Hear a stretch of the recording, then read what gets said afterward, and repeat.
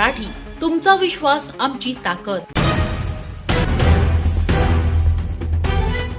राज्यात सध्या अनुसूचित जातीच्या उपवर्गीकरणावरून वातावरण तापलेलं पाहायला मिळतंय।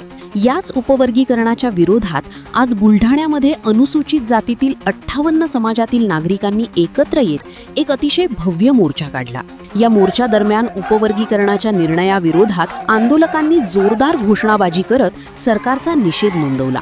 या मोर्चात जिल्ह्यातील सर्व प्रमुख सामाजिक संघटनांसह रिपब्लिकन नेते आनंदराज आंबेडकर, काँग्रेस नेते चंद्रकांत हंडोरे, प्राध्यापक जोगेंद्र कवाडे यांच्यासह अनेक वरिष्ठ नेते सहभागी झाले होते। 58 जातींच्या नागरिकांनी एकत्र येत या मोर्चाच्या माध्यमातून सरकारला आपली ताकद दाखवून दिली। सर्वोच्च न्यायालयाच्या निर्णयानंतर राज्य सरकार उपवर्गीकरण लागू करण्याचा घाट घालत असल्याचा आरोप आंदोलकांनी केला आहे। या निर्णयामुळे 58 समाज घटकांमध्ये प्रचंड असंतोष पसरला आहे। 27 प्रतिनिधींनी एकत्र येत मुख्यमंत्र्यांना निवेदन दिले होते आणि चर्चेची विनंती केली होती, मात्र सरकार यावर बोलायला तयार नाही। सरकारचा हा हट्टीपणा दुर्दैवी असल्याची टीका यावेळी नेत्यांनी केली। येत्या डिसेंबर महिन्यापर्यंत राज्यभरात असेच मोर्चे काढले जातील आणि तरीही सरकारने भूमिका न बदलल्यास थेट विधानसभेला घेराव घातला जाईल असा थेट इशारा देण्यात आलाय। शिवाय बदर समितीचा अहवाल तातडीने सार्वजनिक करावा अशी मागणी करण्यात आली असून 2 समाजांमध्ये दंगली भडकवून राज्यात मणिपूरसारखी परिस्थिती निर्माण करण्याचा हा RSS आणि सरकारचा कट असल्याचा गंभीर आरोपही करण्यात आलाय।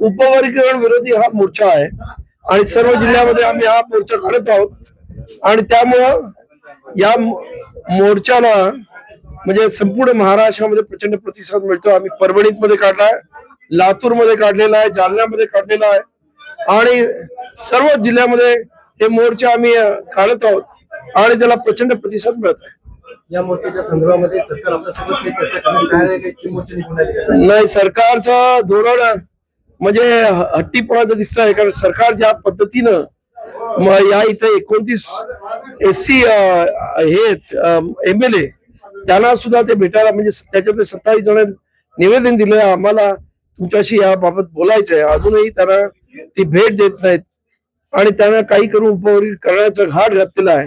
हे खरं म्हणजे दुर्दैवी आहे आणि खास करून मुख्यमंत्री ज्या पद्धतीने विधानसभेमध्ये की सुप्रीम कोर्टाचा जजमेंट आहे अशा पद्धतीने भाष्य करतात, कारण सुप्रीम कोर्टाचं जजमेंट आम्ही सुद्धा वाचलेलं आहे की हे सर्व ऐच्छिक ठेवलेलं आहे राज्यांना, तरी जबरदस्तीने इथे उपवर्गीकरणाचा घाट हे सरकार घालत आहे। हे खरं म्हणजे दुर्दैवी आहे असं आमचं म्हणणं आहे। बदर समितीचा अहवाल हा अंधारात ठेवून महाराष्ट्रामध्ये 2 समाजामध्ये तेढ निर्माण करून दंगली भडकवण्याचं षडयंत्र केलं जात आहे आणि त्या विरोधात हा असणारा भीमसैनिकांचा अनुसूचित जातीचा एकत्र हा यल्गार आहे आणि हा एवढा मोठा यल्गार आहे की याची दखल राज्य सरकारने घ्यावी, राज्याचे मुख्यमंत्री देवेंद्र फडणवीस यांनी घ्यावी।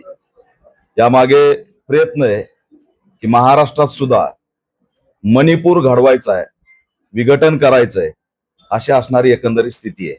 त्याच्यामुळे कोणत्याही परिस्थितीत आरक्षणाचं उपवर्गीकरण हे झालं नाही पाहिजे आणि त्या संदर्भात जर भूमिका घ्यायची तर बदर समितीचा अहवाल पुढे आणला पाहिजे आणि त्याच्यावरती समाजासोबत व्यवस्थित चर्चा केली पाहिजे। या सगळ्या महाराष्ट्रात होणाऱ्या मोर्चाची राज्य सरकारने दखल घ्यावी, नाहीतर येणारा काळ हा त्यांच्यासाठी अतिशय धोकादायक असेल असा गर्भित इशारा देतो। महाराष्ट्रामध्ये एवढे मोर्चे निघत आहेत तरी आतापर्यंत सरकार दखल घ्यायला तयार नाही। सरकारने केवळ भांडण लावण्यासाठी केलेला हा प्रकार आहे। सरकारला कुणालाही वर्गीकरणच्या माध्यमातून सामाजिक न्याय द्यायचा नाही, तर 2 समाजामध्ये दंगली घडवायच्यात ही असणारी या सरकारची फॅशन आहे। याआधी मराठा ओबीसी वाद लावला, आता या ठिकाणी मातंग आणि बौद्ध समाजाचा वाद लावण्याचा प्रयत्न आहे। त्याच्यामुळे सरकार हे सामाजिक न्यायाच्या विरोधातलं सरकार आहे, ते सामाजिक न्याय देऊ शकत नाही। उलट सामाजिक न्यायाची जी एकजूट आहे अनुसूचित जातीची तो तोडण्याचा यांचा प्रयत्न आहे आणि या मागे RSSचा हात आहे। RSSला महाराष्ट्रात दंगली घडवायच्यात, महाराष्ट्राचा मणिपूर घडवायचा आहे आणि तो आम्ही होऊ देणार नाही। या सगळ्या 59 जातीचा विकास झाला पाहिजे ही भूमिका मी मनाशी ठरवलेली होती आणि म्हणून तो लहुजी साळवे अभ्यास आयोग मी तात्काळ त्याच्या संबंधामध्ये बैठका बोलवल्या, अनेक बैठकी झाल्या, शिफारशी तयार केल्या आणि शासनाकडे आम्ही त्या शिफारशी पाठवल्या की ज्याच्यामध्ये मातंग समाजाचा शैक्षणिक, आर्थिक, सामाजिक आणि सर्व अर्थानं विकास व्हावा म्हणून जवळ 21 ते 22 शिफारसी त्या काळामध्ये मी कॅबिनेटच्या समोर आणल्या आणि कॅबिनेटनं त्याच्यामध्ये 2007 ते 8 ला निर्णय केला आणि त्या शिफारशी अंमलात आणाव्यात अशा पद्धतीचा निर्णय झाला.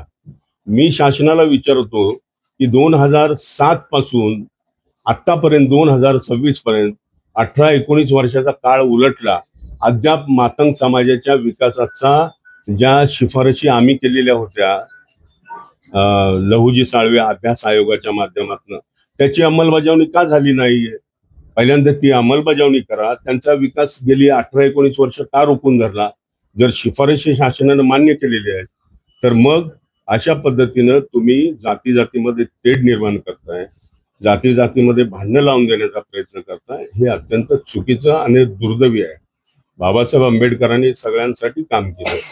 बाबासाहेब आंबेडकरांचं म्हणणं होतं की हा सगळा जाती समूह याचा विकास झाला पाहिजे, त्याची प्रगती झाली पाहिजे, ही भूमिका होती. परंतु दुर्दैवानं तसं होताना दिसत नाही. जसं मराठा ओबीसी मध्ये भांडणं लावण्याचा प्रयत्न केला, आदिवासी आणि बाकीच्या समाजामध्ये भांडणं लावून देण्याचा प्रयत्न केला, तसा आता या ठिकाणी अनुसूचित जातीमध्ये फूट पाडून त्यांच्यामध्ये संघर्ष कसा निर्माण करता येईल याचं कट कारस्थान सध्याचं शासन जे जातीयवादी शासन आहे, जे विषमतावादी आहे, या सगळ्या सवलती नोकरी घालवण्याचं काम सुरू केलेलं आहे, या शासनानं सुरू केलेले आहे. त्याचा मी निषेध करतो. उपवर्गीकरणाच्या या मुद्द्यावरून आता बहुजन समाजातील संघटना आक्रमक झाल्या असून येत्या काळात हा वाद आणखी पेटण्याची चिन्हे दिसत आहेत. ब्युरो रिपोर्ट, लोकप्रिय मराठी न्यूज, बुलढाणा. अशाच ताज्या आणि वेगळ्या घडामोडींसाठी पाहत रहा लोकप्रिय मराठी न्यूज.